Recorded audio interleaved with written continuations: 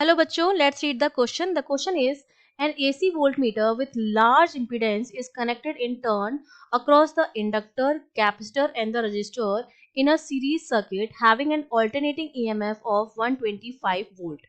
In RMS, the meter gives the same reading in volts in each case. Her case में volt meter की जो reading आ रही है वो सेम आ रही है, तो हमें बताना है कि रीडिंग जो होगी वो कितनी होगी। तो देखिए इस क्वेश्चन को समझने के लिए हमारा जो की कॉन्सेप्ट रहेगा वो हमारा क्या रहेगा। देखिए हमसे कहा जा रहा है कि हमारा जो वोल्ट मीटर है उसका इम्पीडेंस जो है वो लार्ज है।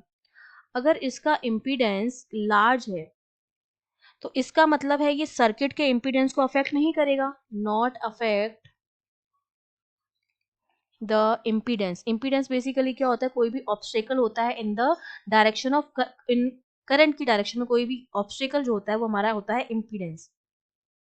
ठीक है, इम्पीडेंस ऑफ सर्किट, ठीक है, ये अफेक्ट नहीं करेगा क्योंकि इसका इम्पीडेंस खुद बहुत हाई है।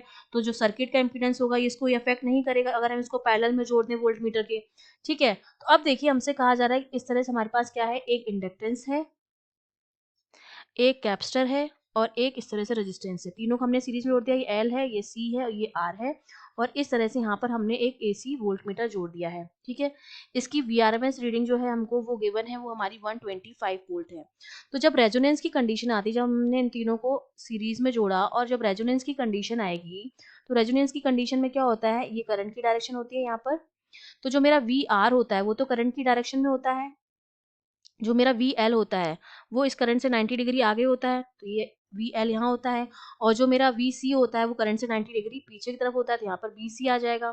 और रेजोनेंस की कंडीशन में जो वी एल होता है वो वी सी के बराबर होता है, तो ये एक दूसरे को क्या करेंगे, कैंसिल आउट कर देंगे, मतलब वी एल माइनस वीसी की वैल्यू तो जीरो आ जाएगी।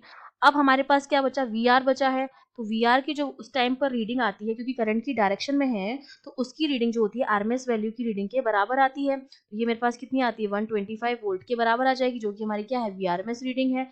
और यही हमारी क्या हो जाएगी, टोटल रीडिंग हो जाएगी। ठीक है, ये हमारी क्या हो जाएगी, टोटल रीडिंग हो जाएगी। और हमसे कहा जा रहा है कि तीनों की रीडिंग सेम आ रही है, तो जो वी आर की रीडिंग आ रही होगी वही हमारी वी एल वी सी की भी रीडिंग आ रही होगी। तो वी एल वीसी और वी आर ये तीनों मेरे पास कितने आ रहे होंगे, 125 वोल्ट के बराबर। तो ये हमारा क्या हो गया, आंसर हो गया। I hope you understood well, all the best.